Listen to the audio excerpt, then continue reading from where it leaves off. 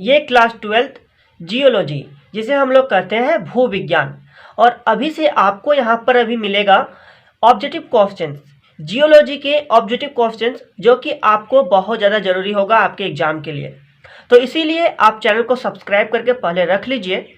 चलिए अब हम लोग शुरू करते हैं, ठीक है। तो देखिए हम लोग का अभी सीरीज चलेगा कंटिन्यूअस, कि अभी हमने यहाँ पर 10 क्वेश्चन लाए हैं ऑब्जेक्टिव क्वेश्चन, जो कि आपके एग्जाम के लिए बहुत ज़्यादा इंपॉर्टेंट है। और आपको पता ही होगा कि मैंने कंप्यूटर साइंस के भी मैंने वीडियो बना चुके हैं ऑब्जेक्टिव टाइप के क्वेश्चंस, और मैंने सभी टाइप के क्वेश्चंस आपको मैंने बता चुके हैं ऑब्जेक्टिव क्वेश्चंस कंप्यूटर साइंस में।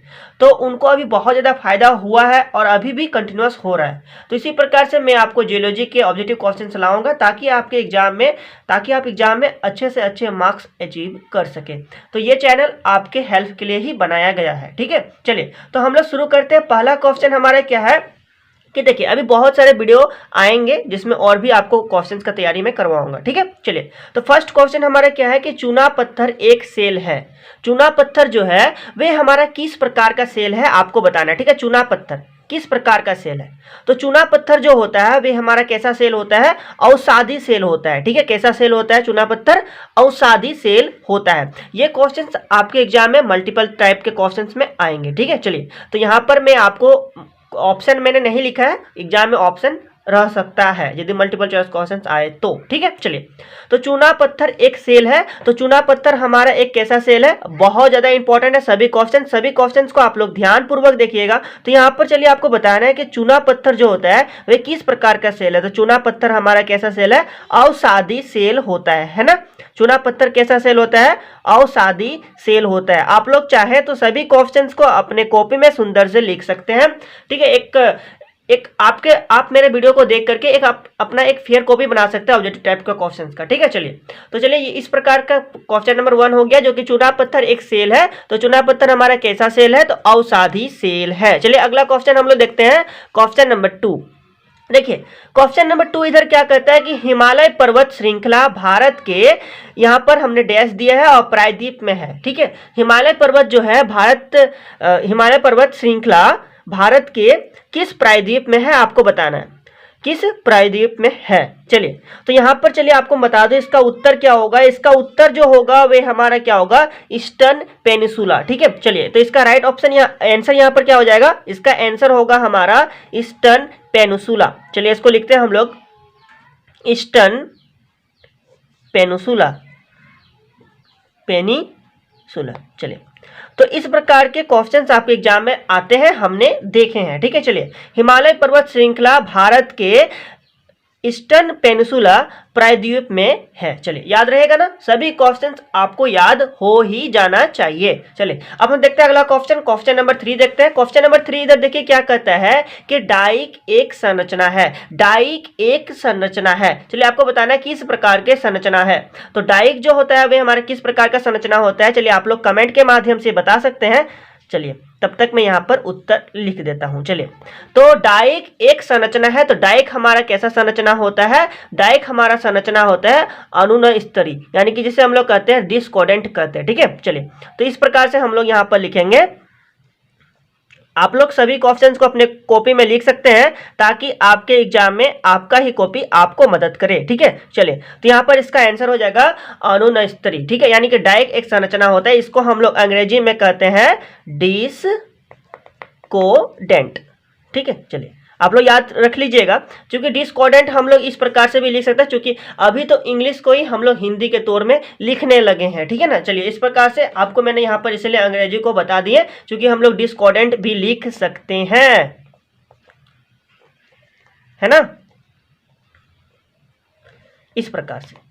तो यहाँ पर होगा डाइक एक संरचना है। तो डाइक हमारा क्या हो जाएगा? अनुनय स्तरीय संरचना होती है, यानी कि डिस्कॉर्डेंट संरचना होता है। चलिए अगला क्वेश्चन हम लोग देखते हैं, क्वेश्चन नंबर 4 को देखते हैं, ठीक है। देखिए क्वेश्चन नंबर 4 इधर क्या कहता है हमारा कि बॉक्साइट का रासायनिक सूत्र। बॉक्साइट का रासायनिक सूत्र, ये क्वेश्चन आपके एग्जाम में कई बार पूछा जा चुका है। तो ठीक है, बॉक्साइट का रासायनिक सूत्र आपको बताना है, इसमें से क्या होगा। चलिए तब तक आप लोग कमेंट कीजिए और बताइए कि बॉक्साइट का रासायनिक सूत्र क्या है। चलिए आपको बता दूं, बॉक्साइट का रासायनिक सूत्र जो होता है वह हमारा होता है Al2O3 2H2O, ठीक है। और ये किसका अयस्क है? तो एल्यूमिनियम का अयस्क है। ठीक है, याद रखिएगा बॉक्साइट का रासायनिक सूत्र है Al2O3 इंटू 2H2O। ठीक है, चलिए इस प्रकार से आप लोग याद रख H2O याद रख लीजिएगा, बॉक्साइट का रासायनिक सूत्र। चलिए अगला क्वेश्चन हम लोग देखते हैं, क्वेश्चन नंबर 5। ठीक है, question number 5, Gondwana super group. ठीक है, चलिए किस प्रकार निर्माण डैश भंडार के लिए प्रसिद्ध है। देखिए गोंडवाना सुपर ग्रुप जो है, ठीक है, वे भंडार के लिए प्रसिद्ध है। तो किसके भंडार के लिए प्रसिद्ध है, किसके भंडार के लिए प्रसिद्ध है, तो वे हमारा क्या हो जाएगा यहाँ पर कोयला होगा। ठीक है, चलिए तो गोंडवाना सुपर ग्रुप डैश भंडार के लिए प्रसिद्ध है। तो चलिए इसका आंसर यहाँ पर क्या होगा, आप लोग कमेंट के माध्यम से बता सकते हैं। इसका आंसर जो होगा वे हमारा क्या होगा, कोयला, क्या होगा, कोयला होगा। ठीक है, चलिए तो गोंडवाना सुपर ग्रुप कोयला भंडार के लिए प्रसिद्ध है। ठीक है, इस प्रकार से आप लोग याद रख लीजिएगा। क्वेश्चन नंबर 5 हो गया। अब हम लोग देखते हैं अगला क्वेश्चन, क्वेश्चन नंबर 6 को देखते हैं। ठीक है, देखिए क्वेश्चन नंबर 6 इधर क्या कहता है, क्वेश्चन नंबर 6 क्या कहता है कि डैश विश्व के प्राचीनतम निर्माण है। देखिए प्राचीनतम निर्माण है, तो देखिए सबसे जो प्राचीनतम निर्माण जो है वे हमारा क्या है, तो आर्कियन है ना, आर्कियन विश्व के प्राचीनतम निर्माण है। तो यहाँ पर इसका आंसर क्या होना चाहिए, आर्कियन होना चाहिए। तो यहाँ पर क्या लिखेंगे हम लोग, आर्कियन। याद रख लीजिएगा, सभी क्वेश्चंस बहुत ज्यादा इंपॉर्टेंट है आपके एग्जाम के लिए। ठीक है, चलिए तो यहाँ पर क्या होगा, आर्कियन विश्व के प्राचीनतम निर्माण है। ठीक है, तो यहाँ पर क्या होगा हमारा आर्कियन। ठीक, तो आर्कियन विश्व के प्राचीनतम निर्माण है। अब देखते हैं हम लोग अगला क्वेश्चन, क्वेश्चन नंबर 7 को। नंबर 7 इधर क्या कहते हैं कि जादूगोड़ा किसके निक्षेप के लिए प्रमुख है। ठीक है, किसके निक्षेप के लिए प्रमुख है आपको बताना। जादूगोड़ा, तो जादूगोड़ा किसके लिए फेमस है, जादूगोड़ा हमारा यूरेनियम के लिए फेमस है, आपको पता है ना। तो चलिए यहाँ पर इसका आंसर क्या हो जाएगा, आंसर होगा यहाँ पर यूरेनियम। ठीक है, यहाँ पर क्या होगा, यूरेनियम। ठीक है, चलिए यूरेनियम। तो देखिए जादूगोड़ा किसके निक्षेप के लिए प्रमुख है, तो यूरेनियम के लिए हमारा जादूगोड़ा प्रमुख है। ये तो सभी को पता है यार, बहुत ज्यादा इंपॉर्टेंट है। ठीक है, जादूगोड़ा किसके निक्षेप के लिए प्रमुख है, तो हमारा यूरेनियम। ठीक है, यूरेनियम के लिए जादूगोड़ा प्रमुख है। ठीक है, चलिए अब देखते हैं अगला क्वेश्चन, हमारा क्वेश्चन नंबर 8 को देखते हैं। क्वेश्चन नंबर 8 इधर क्या कहता है, देखिए तांबा का अयस्क है। ठीक है, तांबा का एक आपको अयस्क बताना है, तांबा का अयस्क हमारा क्या है। ठीक है, देखिए तांबा का जो अयस्क यहाँ पर आप लोग याद रख लीजिए, चाल्कोपाइराइट। ठीक है, चलिए तो यहाँ पर इसका आंसर क्या होगा हमारा, चाल्कोपाइराइट, चाल्कोपाइराइट। मतलब यहाँ पर देखिए इसका तो अयस्क और भी है, लेकिन हमने ये प्रमुखता लिए, तो यहाँ पर तांबा का अयस्क क्या हो जाएगा हमारा, चाल्कोपाइराइट हो जाएगा। ठीक है, अगला क्वेश्चन हम लोग देखते हैं, क्वेश्चन नंबर 9। क्वेश्चन नंबर 9 इधर देखिए क्या कहता है कि निक्षेपण के क्रम में चट्टान अध्ययन को क्या कहते हैं। ठीक है, निक्षेपण के क्रम में चट्टानों के निर्माण के अध्ययन को हम लोग क्या कहते हैं, आपको बताना है। इसमें से क्या होगा इसका आंसर। ठीक है, इसका आंसर हमारा क्या होगा, सेल विज्ञान कहते हैं। क्या कहते हैं हम लोग, सेल विज्ञान कहते हैं।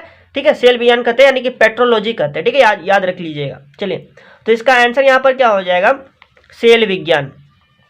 ठीक है, सेल विज्ञान, जिसे हम लोग अंग्रेजी में कहते हैं पेट्रोलॉजी। ठीक, देखिए निक्षेपण के क्रम में चट्टानों के निर्माण के अध्ययन को क्या कहते हैं, तो हम लोग सेल विज्ञान कहते हैं, उसे पेट्रोलॉजी कहते हैं। ठीक है, चलिए अब हम लोग नेक्स्ट क्वेश्चन देखते हैं, क्वेश्चन नंबर 10 को देखते हैं। ठीक है, क्वेश्चन नंबर 10 देखिए इधर क्या कहता है, क्वेश्चन नंबर 10 हमारा है कि नाइसेस एवं ग्रेनुलोज आकृति किसमें पाए जाते हैं। ठीक है, आपको बताना है नाइसेस एवं ग्रेनुलोज। ठीक है, आकृति किसमें पाया जाता है, तो ये जो आकृति जो है वे हमारा कायांतरित सेल में पाया जाता है। ठीक है, तो यहाँ पर इसका आंसर क्या हो जाएगा, कायांतरित सेल। ठीक है, चलिए हम लोग लिख देते हैं यहाँ,